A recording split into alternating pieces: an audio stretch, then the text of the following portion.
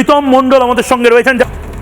তোমাদের সাথে যে ঘটনা ঘটেছে সেটা আরেকবার বলো, তোমার কাকাকে কিভাবে কুচি কুচি করে শেখ শাহজাহান বাহিনী কেটে ফেলেছে, কতটা সস্তা ছিল তোমাদের জীবন, এবং এই ভোলা ঘোষের মতন তুমিও ঘটনাচক্রে বেঁচে গেছো। এখন আমাদের যখন কেসের সিবিআই রায় আসে জুন মাসের শেষের দিকে, তখন আমি জুলাই মাসের প্রথম সপ্তাহে রিপাবলিক বাংলায় 2 থেকে 3 দিন আমি নাম ধরে ধরে বলে দিচ্ছিলাম যে কে কে ছিল, কে কে কি করেছে, কার বাড়ি কোথায়, মানে এর পরিচয় কি, এ কোথায় কি করে, আমি সব বলে দিচ্ছিলাম।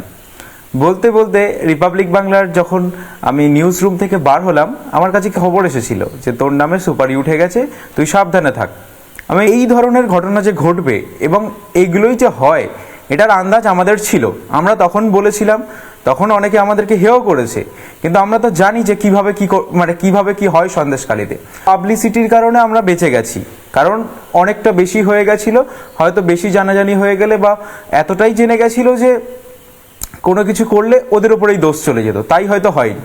জেলে থাকার পরে এখানটা থেকে কোটি কোটি টাকার জাল নোট উদ্ধার হচ্ছে, যার জমির ওপরে শেখ শাহজাহান মার্কেট তৈরি হয়েছে তাদের গিয়ে বন্দুক দেখানো হচ্ছে, এবং হচ্ছে না এমন কিছু নেই।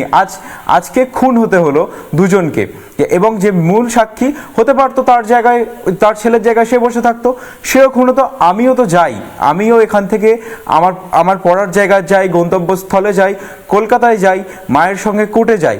আজ ওদের জায়গায় আমরা হতে